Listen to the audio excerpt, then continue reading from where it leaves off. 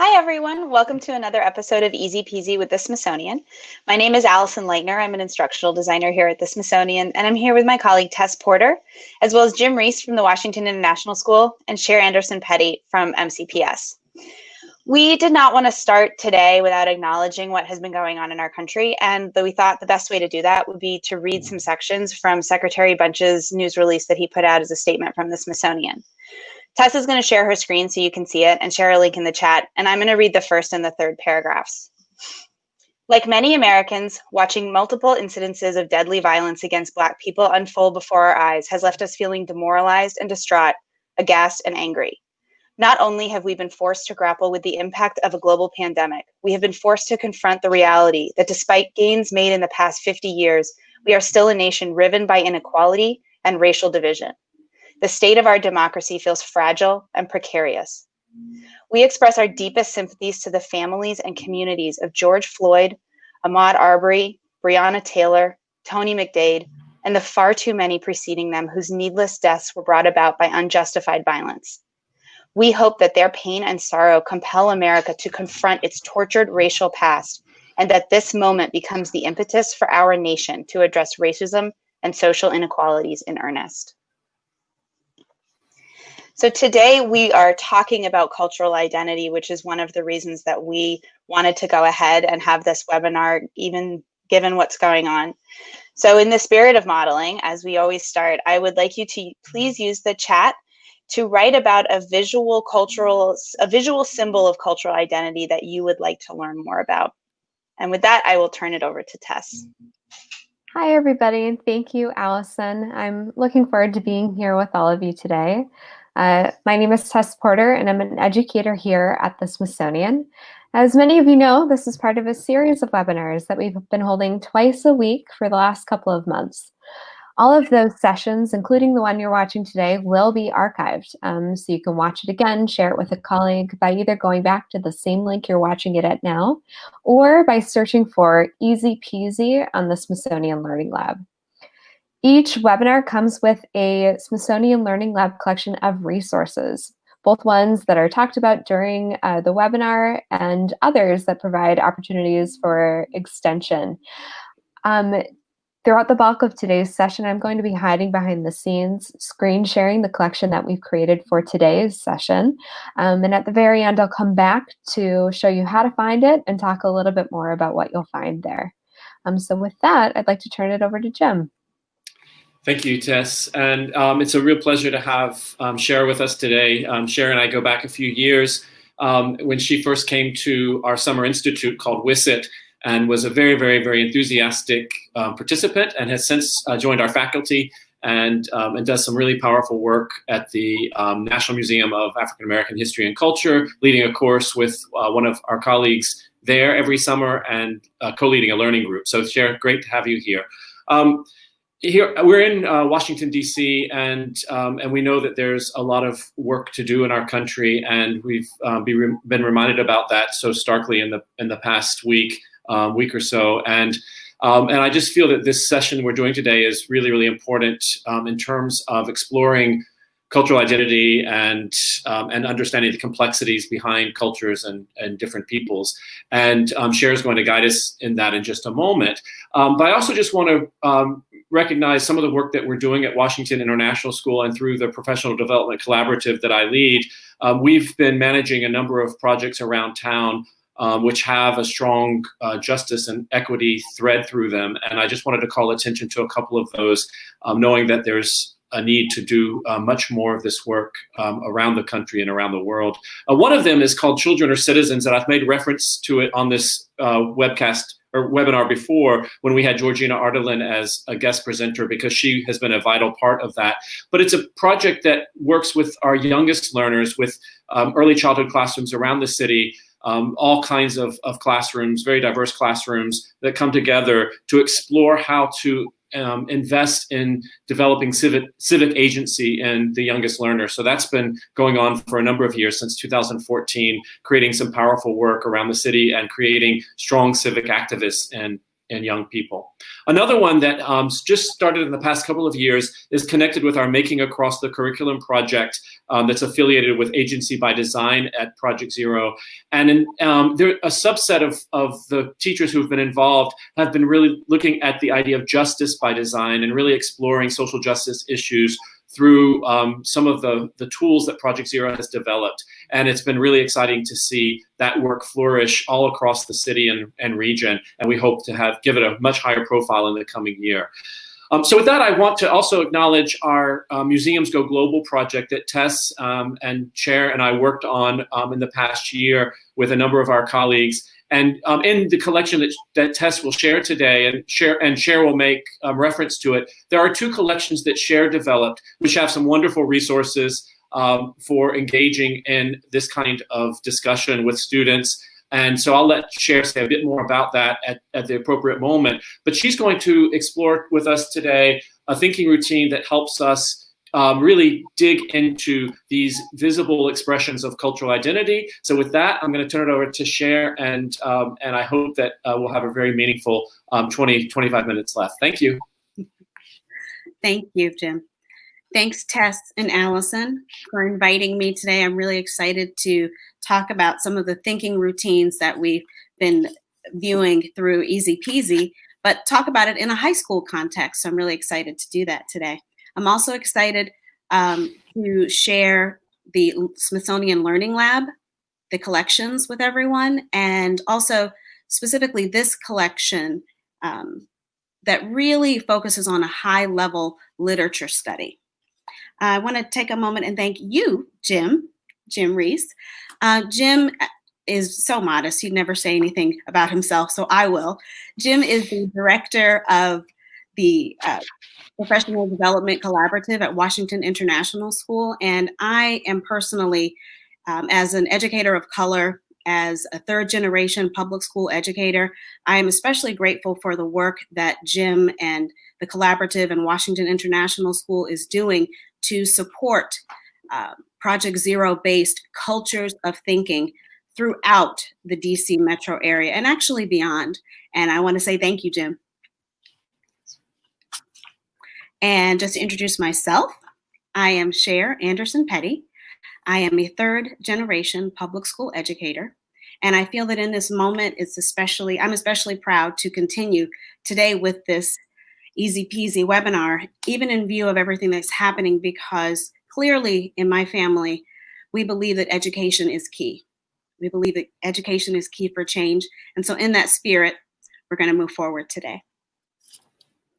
We are looking today at a wonderful routine from the core routines called Think, Puzzle, Explore, as we are getting into a novel study of Persepolis. So I'll show you a copy of that, looking at Persepolis. So we're using this core routine to set the stage for deeper inquiry into the veil specifically as a motif in Persepolis.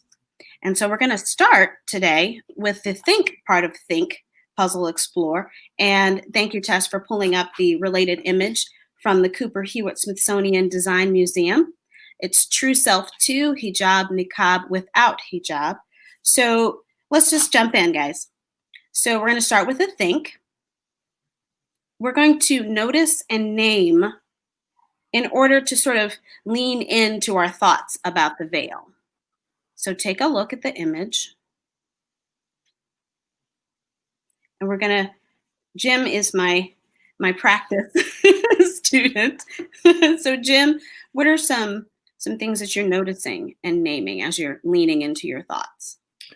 So I see 6 separate portraits, and it very well could be the same person. And again, I can see that with just the eyes, and 2 of the photographs, everything else is covered except the eyes, but it looks like it could be the same person. But I see in each photo, even though it's the same person, I see different representations.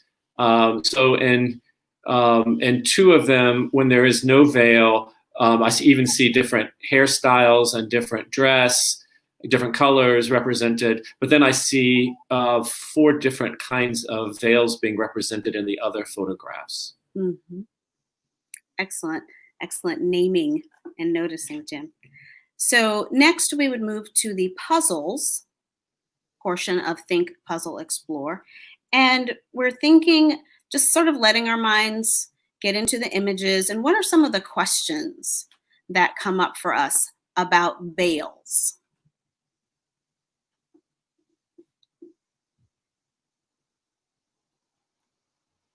And here I'm happy to start again, just naming some questions, but then those of you watching along, feel free to put in the chat section, the comment section, your own responses.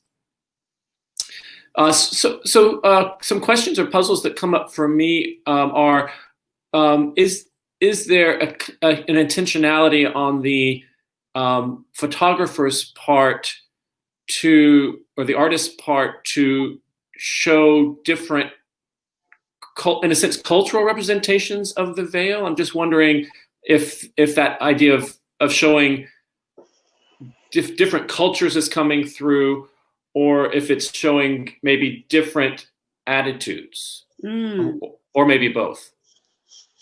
I think some people in the chat have similar questions. Stephanie's asking, what's the meaning of the different types of veils at different purposes or settings? Mm-hmm. Angels is asking, when does she wear each of these? Susanna's suggesting on different occasions. Abby's wondering how comfortable or uncomfortable it is to wear the different types of veils.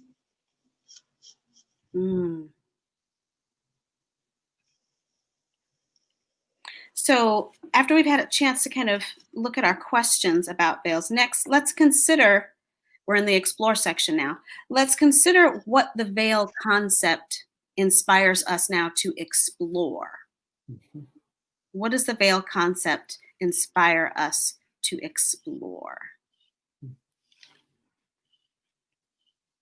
And again, I'll jump in with a few responses, and then others of you in the comment section, feel free to add what you would want to explore, or what you might feel compelled to explore. So for me, it makes me wonder about the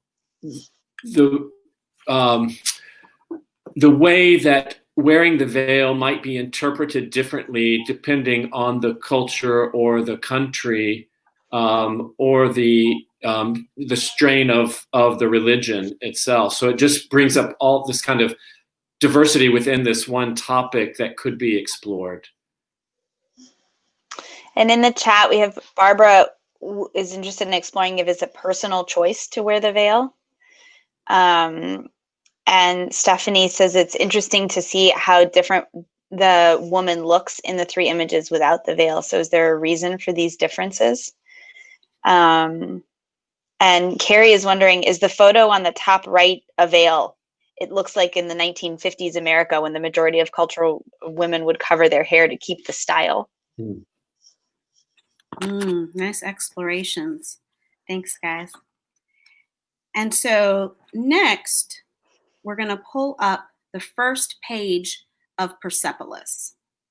And it's the first page of, we're looking at this version of it because it's just the first half of the book that we're looking at in class. And we're looking at the first page, and we're going to give specific attention to the last panel. We're going to give specific attention to that very last panel where we see the children playing. Okay, so Tess, if you could go to that image of just that last one, yes, and zoom in a little bit. Thank you so much. So I'm going to read the passage. We didn't really like to wear the veil. And this is specifically coming, these are the words of Marjane Satrapi, because again, this is her graphic memoir, and she's sharing her experiences as a child growing up in Iran during the Islamic Revolution. So we didn't really like to wear the veil, especially since we didn't understand why we had to. And then let's take a look at the children. We see one child waving their veil in the air. It's too hot out. We see children in the foreground. One child has it completely covering her. oh, I'm a monster. I can't read that last word. It's a little fuzzy for me, sorry. And then we have in the right corner, we have children playing sort of horsey, using the veil as reins, saying giddy up. And then we see children in the back, right background. A child has looped the veils together to make a jump rope. And then we see all the way in the back, the center back, we see children sort of modeling some destructive behaviors. What do we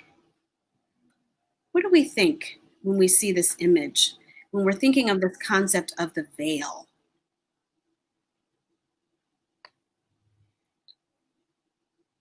You know, Sher, the first thing that comes to my mind, and seeing this one is that idea of sometimes we put strictures on children, or we tell children to do things without explaining why. And so it seems that this is when children are left to their own devices, and they're out on the playground, and maybe they're not being supervised so much, that they're going to do that kind of exploring themselves about it. And so we're getting these kind of disrespectful responses to the veil and wearing the veil because they don't understand the significance of it.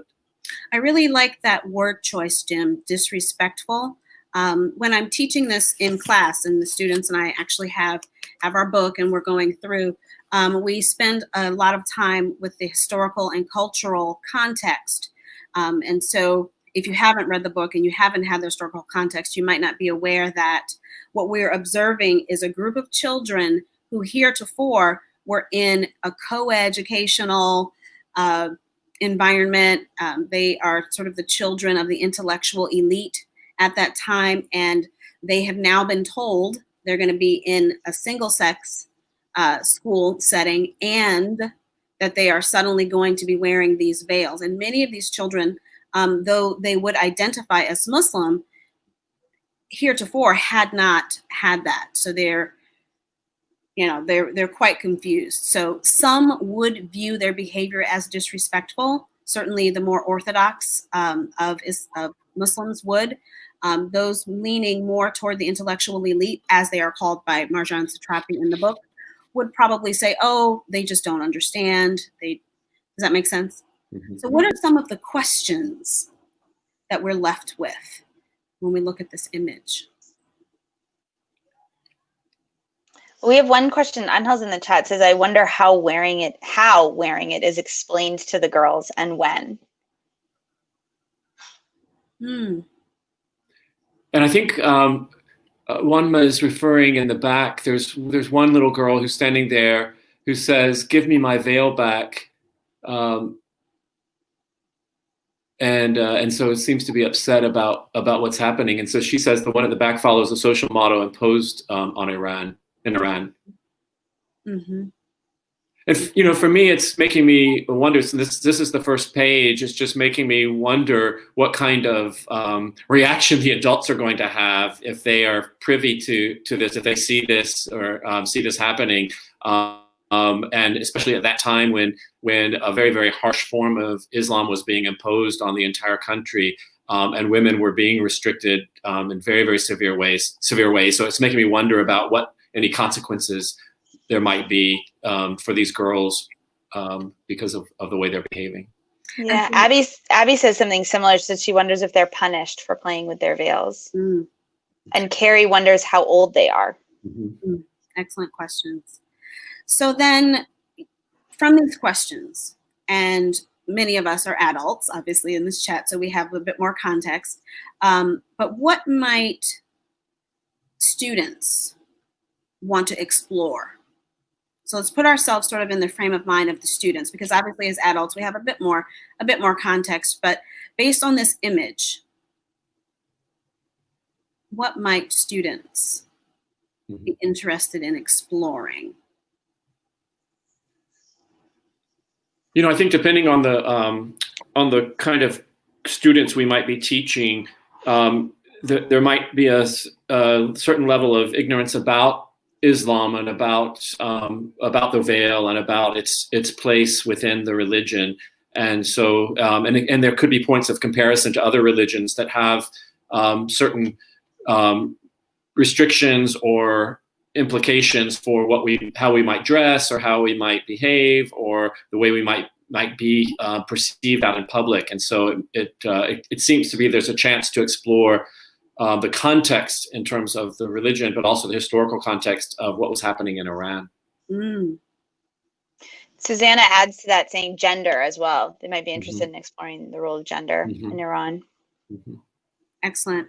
So this class that I'm teaching this book in is an IB literature class, and there's a lot of conversation around course concepts like identity, and I heard that come up, gender. And then there's also a large focus on global issues. So when we are having these conversations, we literally, have that chart up on the wall, and we're going back and forth talking about, okay, so what might some of the global issues be that we see as we're going into this? There's a great question here from Ashley Sher I wanted to raise here. She says, how do we respond to things we don't understand about ourselves and others? And that seems to be this kind of universal question that all of us, all children, all of us, no matter what age, would have a response to. And then she says, who is responsible for helping us understand when we're children and then when we're adults? So does it change when we're adults? And I just think that's so powerful to think about what kinds of models for understanding something different or difficult might be, and then how we respond ourselves and what kinds of reactions we build up in ourselves as we get older. Mm-hmm. I love this whole practice of global competency that you guys are modeling so excellently for everyone. So if we could go to the slide that talks about the collections. So in this actual collection, not just the easy peasy one, but in the extended collection, there are some features that I want to share if people are interested in using this lesson. There's the rationale for using museum resources. That's important to me. There's a teacher's guide for the extended unit. And inside that extended unit, it breaks down each of the thinking routines that are used. It gives links to the Harvard Project Zero page. So it's just chock full of resources. This is really and truly a sort of plug and play kind of lesson. There's also, on the next slide, there is an extended student capture sheet. So when you click for the attachment, you can use that sheet. Now, I'm very clear that typically in my classroom, my walls sort of archive what we're doing, but we're existing in a distance learning time right now. And so using Padlet, using Pear Deck, perhaps, and also having students put their responses on a capture sheet that you can check in Google Classroom or whatever Canvas, whatever app you're using is, I think, really important. As well, there are links to overviews. So if you would go to a slide that has a thinking routine on it. Thank you. For each of the thinking routines, I have posted a link to the overview that is directly from Harvard Project Zero, as well as separate capture sheets. So if you aren't interested in doing sort of the extended activity, you can still pull out capture sheets that are relevant to the thinking routines. And I know as a public school teacher, time is at a premium. So I hope that that's helpful. Great.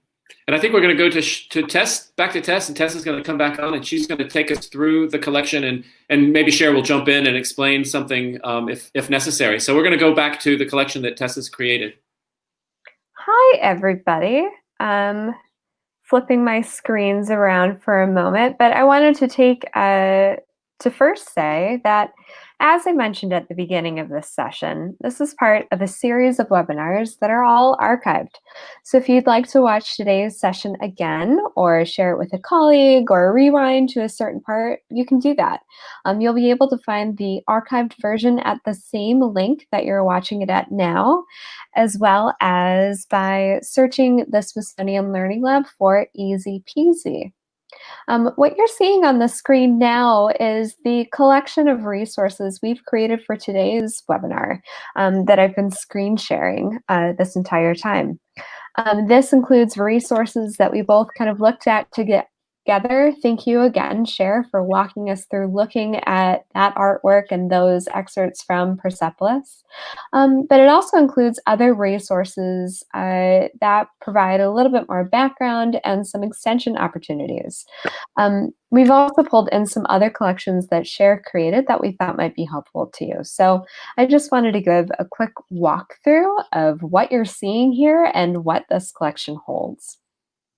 So at the very beginning, we have True Self 2, the artwork that we looked at together.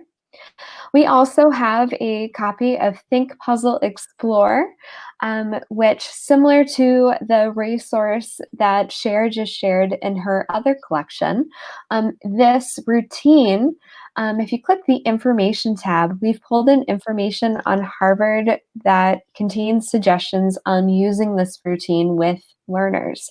So the types of thinking it helps support, suggestions for facilitating it, the types of resources it might work particularly well with, and more. So all of that information is hidden under the information tab here. We've also pulled in the 2 excerpts that we looked at together from the first page of Persepolis. In the context and background section, we've included a video that provides some background on Project Zero and Project Zero thinking routines. It talks a little bit about the power of them and the types of thinking that they help support. And then in the lessons section, that's where you'll find things like the Persepolis collection that I just screen shared earlier, the full kind of distance learning unit that Sher used with her students, which, as you saw, contains a lot of really wonderful resources. So not only suggestions for using it with students based off of the unit that she created, but there's a huge wealth of really wonderful artworks here that can help extend this exploration, as well as really wonderful articles to support students as well. And then following that in the lesson section, we've pulled in 2 collections that Jim and Sher mentioned before that Sher created for the museum's Go Global project. The first one is Art and Resistance, Frederick Douglass.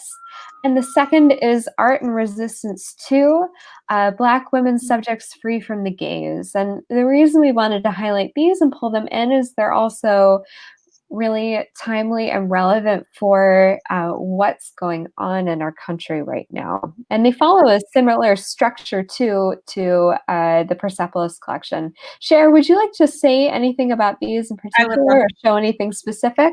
I would love to. So I wanted to add that, you can keep it on this slide, but I wanted to add that I have several collections in the Art and Resistance collections. There's the Frederick Douglass collection, and that addresses, and in my students' words, how he was really sort of on top of his selfie game before there was a selfie game. Essentially, he managed his image, and he is arguably the most photographed American of the 19th century, which is quite a feat considering his humble beginnings. My other collection that's up right now, Black Women Subjects Free from the Gaze, is so near and dear to my heart. I just love Toni Morrison, and a lot of her ethos really applies to what we're experiencing today. I have another collection that relates to Indigenous people in America. And then I have another collection also in the Art and Resistance series that relates to some of the protesting that has been happening. So help yourself. They're all plug and play. They all also have student capture sheets and links to overviews and explanations. Thank you, Sher. So you can find those other collections that Sher was mentioning in the Art and Resistance series by either searching the Learning Lab for Art and Resistance, by going to the collections we linked here, or in this collection, which I should mention, I believe We shared the link in the chat, but this link is also available in the description of the video, whether you're watching it on YouTube or Facebook. That's where you can find the link to this collection I'm sharing now. But to find more of Sher's collections, we've also included a link to her profile page in the description of this collection. This will take you right to a page where you can learn a little bit more about her and see other collections that she's published. The last thing I wanted to mention about this collection that we've pulled together for today's session is in the webinar section. We've not only included a link to today's session, the archived version, other Project Zero online courses, but also Sher, this isn't the first time she's joined us for Easy PC. A few weeks ago, she helped present a wonderful session on building a culture of thinking in the classroom. So if you're interested in watching that webinar, learning a little bit more about the ideas that she and Carol Jennings shared, you can view it there. With that, I'd like to turn it back over to Allison. Thanks, Tess. Thank you so much, Sher. This was really great. And thank you for joining us again, taking time out of your day to join us again. We have one last Easy Peasy coming up on Wednesday with Carol Jennings, 1 o'clock on Wednesday, and we hope to see you all there. Thank you so much for joining us. Thank you.